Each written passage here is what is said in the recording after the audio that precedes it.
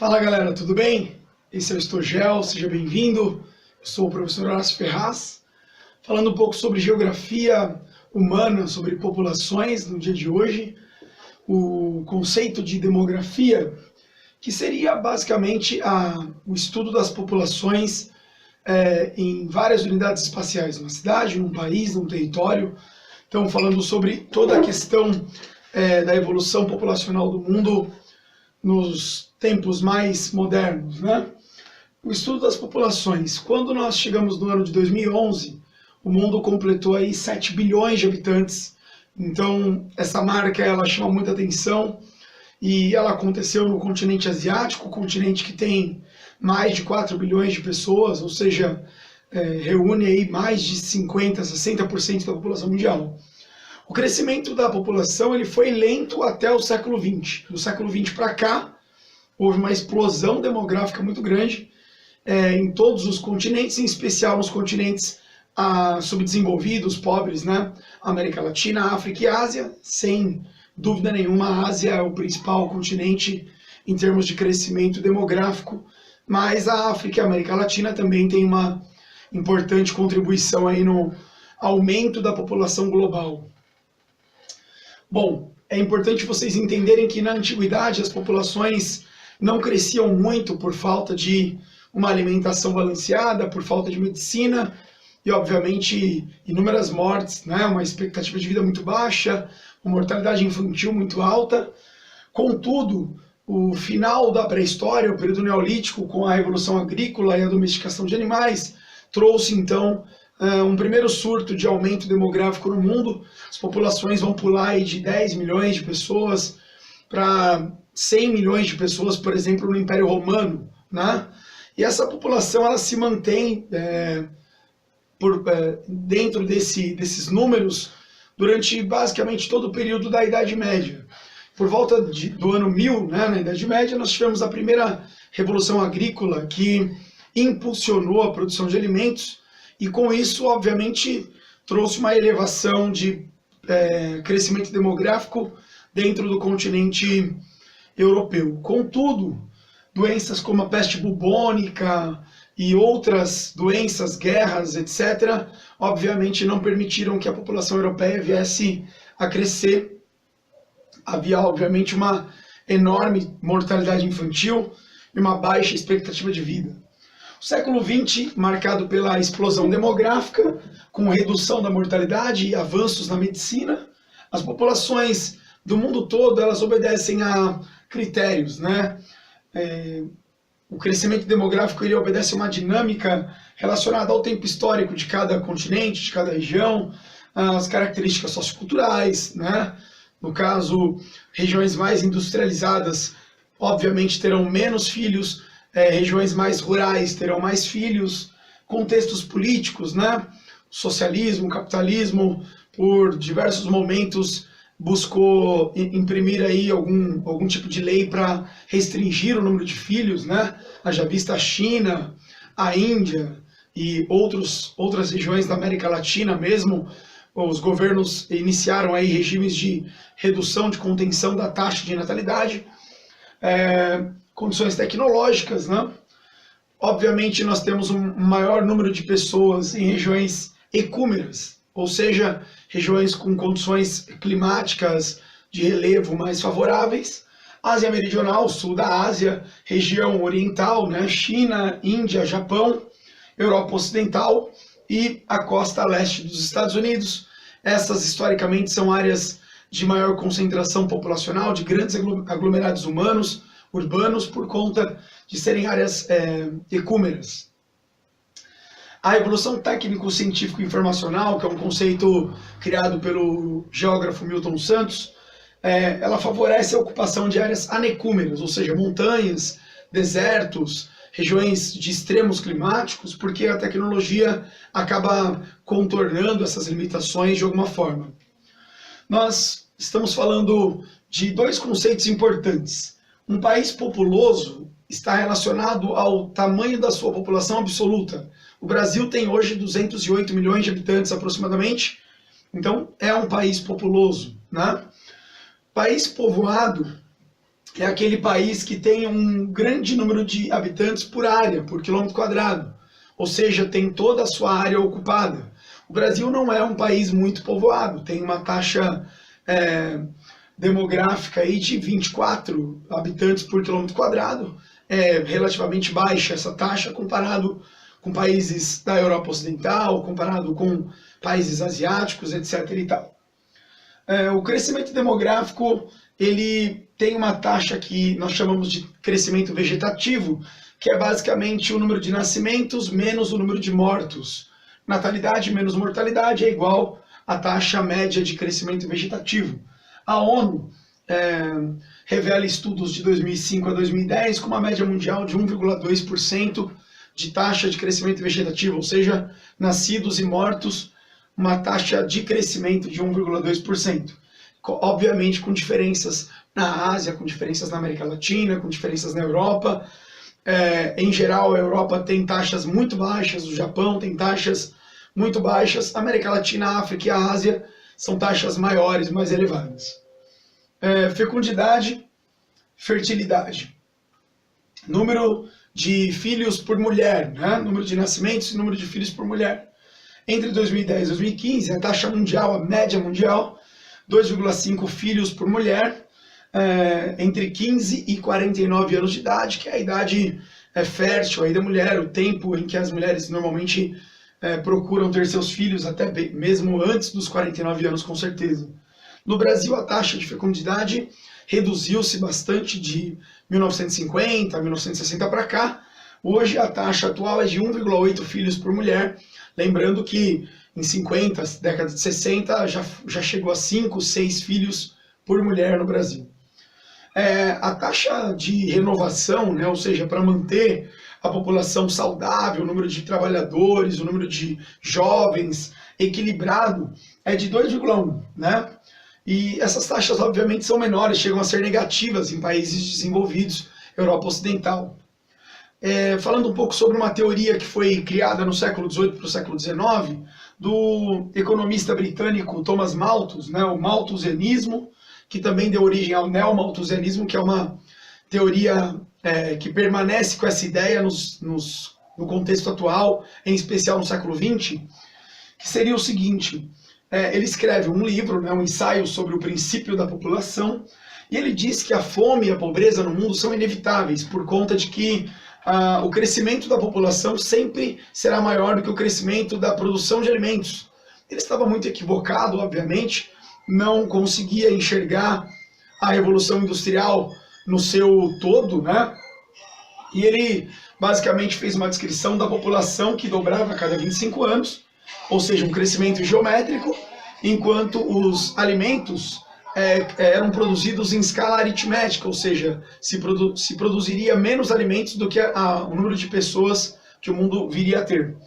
Obviamente que essa teoria é uma teoria bem conservadora, né? Ela isenta as elites de combater a fome, as desigualdades, e vocês sabem muito bem que as revoluções industriais, historicamente, exploraram demais as forças de trabalho, a mão de obra, né? O que Karl Marx chama de mais-valia, ou seja, o resultado do trabalho fica sempre nas mãos da alta burguesia e os trabalhadores acabam vivendo em condições extremas aí de exploração, muito pobres, muito explorados, etc. e tal.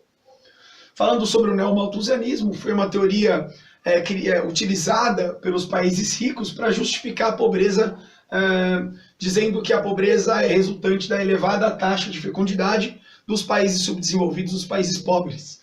Políticas de controle de natalidade foram impostas em algumas regiões capitalistas, com certo receio de uma expansão do socialismo, que vocês bem sabem que após a Revolução Russa de 1917, o socialismo se expandiu pelo leste europeu, chegou em algumas regiões da Ásia, chegou em Cuba, na América Central, América Latina, e havia, obviamente, uma preocupação do Estado norte-americano, dos Estados Unidos e dos países capitalistas com a expansão socialista. Por isso houve até um combate aí, visando reduzir as taxas de natalidade e a pobreza para tentar maquiar, né, as desigualdades impostas pelo capitalismo. As áreas do mundo especificamente que buscaram criar leis para controlar a população, a China, né, que tem uma lei que diz que as pessoas, os casais, as famílias só podem ter um filho em áreas urbanas e até 2 filhos em áreas rurais. Hoje, obviamente, o governo chinês tenta reverter um pouco isso, porque há 30 anos, 40 anos com essa lei, a população chinesa está envelhecendo e, obviamente, há preocupação com a mão de obra, com a previdência, com o número de idosos, com o número de pessoas que dependerão de aposentadoria, etc. e tal. Gastos com saúde, porque sabemos que as pessoas com 70 anos ou mais, elas gastam até 3 vezes mais com saúde do que crianças e jovens, né? Teoria reformista ou de transição demográfica vai dizer que a redução da taxa de natalidade ela está diretamente ligada ao desenvolvimento socioeconômico dos países, né? Pensando nisso, todo país que passar pelo processo de industrialização, por reformas na educação, por melhorias sociais, automaticamente terão reduzidas as suas taxas de natalidade. Nós chamamos isso de transição demográfica, né? Do primitivo para o moderno, ou seja, a Europa no passado já teve elevadas taxas de fecundidade, hoje ela tem taxas negativas, justamente porque ela se industrializou, ela se modernizou, a educação se expandiu, os direitos sociais se expandiram e as populações elas acabam tendo um planejamento familiar com menos filhos ou com um filho só, ou mesmo casais que não têm nenhum filho. Tudo isso ligado à escolaridade, trabalho, mulheres trabalhando, mulheres estudando, países avançados com taxas negativas e enorme envelhecimento da sociedade, que acaba sendo até um certo risco aí, né? Falando um pouco sobre as pirâmides etárias. As pirâmides etárias foram criadas com a ideia de estabelecer diferenças de idade, né, diferenças etárias, diferenças de gênero, sexo, homens e mulheres, e essas pirâmides etárias elas são muito utilizadas pelos governos como forma de planejar aí o que fazer dentro da gestão pública. Bom, quando você olha para uma pirâmide etária, você vê do lado esquerdo aqui, né, no seu lado direito, mas no meu lado esquerdo, mulheres, né, do lado direito, homens, e da base, do início até o final, crianças, jovens, adultos, idosos, né? Então, crianças, jovens, adultos, idosos, vejam que as pirâmides etárias, elas eram muito largas, né, na base, ou seja, antigamente os países subdesenvolvidos tinham muitas crianças e jovens e pouquíssimos idosos. Isso demonstra, obviamente, uma alta taxa de natalidade e uma baixa expectativa de vida, né, precariedade na saúde pública, etc. e tal. À medida em que o número de jovens vai reduzindo e o número de idosos vai aumentando, isso revela uma transição demográfica interessante que demonstra o quanto essa região está amadurecendo em termos demográficos, com melhorias na medicina, aumento da expectativa de vida, maior planejamento familiar, a inserção da mulher no mercado de trabalho, então as mulheres passam a ter menos filhos, e obviamente as populações jovens vão reduzindo e as populações idosas vão aumentando. Temos hoje no mundo um conceito que nós chamamos de despopulação ou inverno demográfico, ou seja, as populações de alguns países estão reduzindo, né? É o caso de vários países europeus, onde a população vem reduzindo cada ano que passa.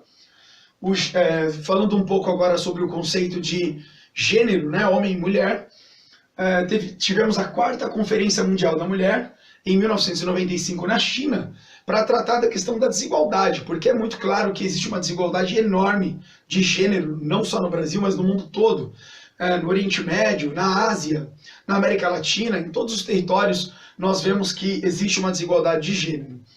No Brasil, em especial, falando aí de 2011, nós temos uma taxa de desigualdade de gênero de 0,44, ou seja, nós estamos ocupando a 80ª posição entre 146 países, lembrando que a desigualdade de gênero contribui muito para a queda do nosso IDH, do nosso Índice de Desenvolvimento Humano, que acaba atrapalhando bastante aí o Brasil e vários outros países com problema de gênero, né? As mulheres no Brasil, curiosamente, elas têm mais mulheres formadas no ensino médio do que os homens, né? 48,8% de mulheres contra 46,3% de homens com o nível médio concluído.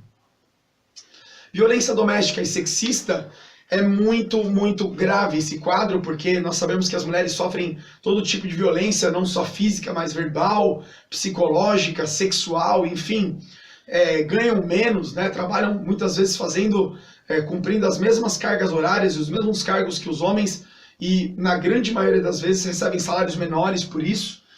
Nós tivemos no Brasil a importante lei 11.340, a Lei Maria da Penha, que muitas vezes acaba não se cumprindo, porque as poucas delegacias de mulher que existem no Brasil, elas tratam a violência contra a mulher como algo normal, né? Como se a mulher tivesse provocado a violência do seu marido ou do seu parceiro, seja lá de onde for. O Brasil tem um número de mulheres que são violentadas diariamente, são estupradas, abusadas sexualmente, e muitos desses casos nem vêm à tona, nem aparecem nas informações oficiais, porque quando são meninas, quando são menores de idade, muitas vezes nem vão até a delegacia, acabam nem prestando queixa, e essa impunidade tem reinado no Brasil, gerando um aumento cada vez maior aí de violência contra a mulher. Falando um pouco sobre a questão do homossexualismo, a homofobia, né, que seria então uma aversão, um certo ódio de homossexuais, violência contra o homossexual, contra os transexuais, contra travestis, etc. e tal, que nós sabemos que o Brasil também lidera no mundo aí em relação à violência homossexual. Os indicadores revelam desenvolvimento socioeconômico sob um ponto de vista quantitativo. A ONU resolveu, então, utilizar alguns indicadores para dizer quais regiões do mundo, quais países são desenvolvidos e quais são subdesenvolvidos. O Índice de Desenvolvimento Humano, o Índice Gini, que mede a desigualdade entre os países, a desigualdade de renda, né, dentro do interior dos países, e o Índice de Pobreza, né, que seriam pessoas no mundo que vivem com menos de 1,25 dólares por dia, que é registrado pela ONU como o índice de pobreza. Quem vive com menos de 1,25 centavos por dia está vivendo abaixo da linha da pobreza. Quer dizer, é uma situação bem quantitativa e bem ruim, né? Porque nós sabemos que a qualidade de vida não depende somente disso, né? E de vários outros fatores. A ONU, em 90, ela começa a medir anualmente o IDH, o Índice de Desenvolvimento Humano.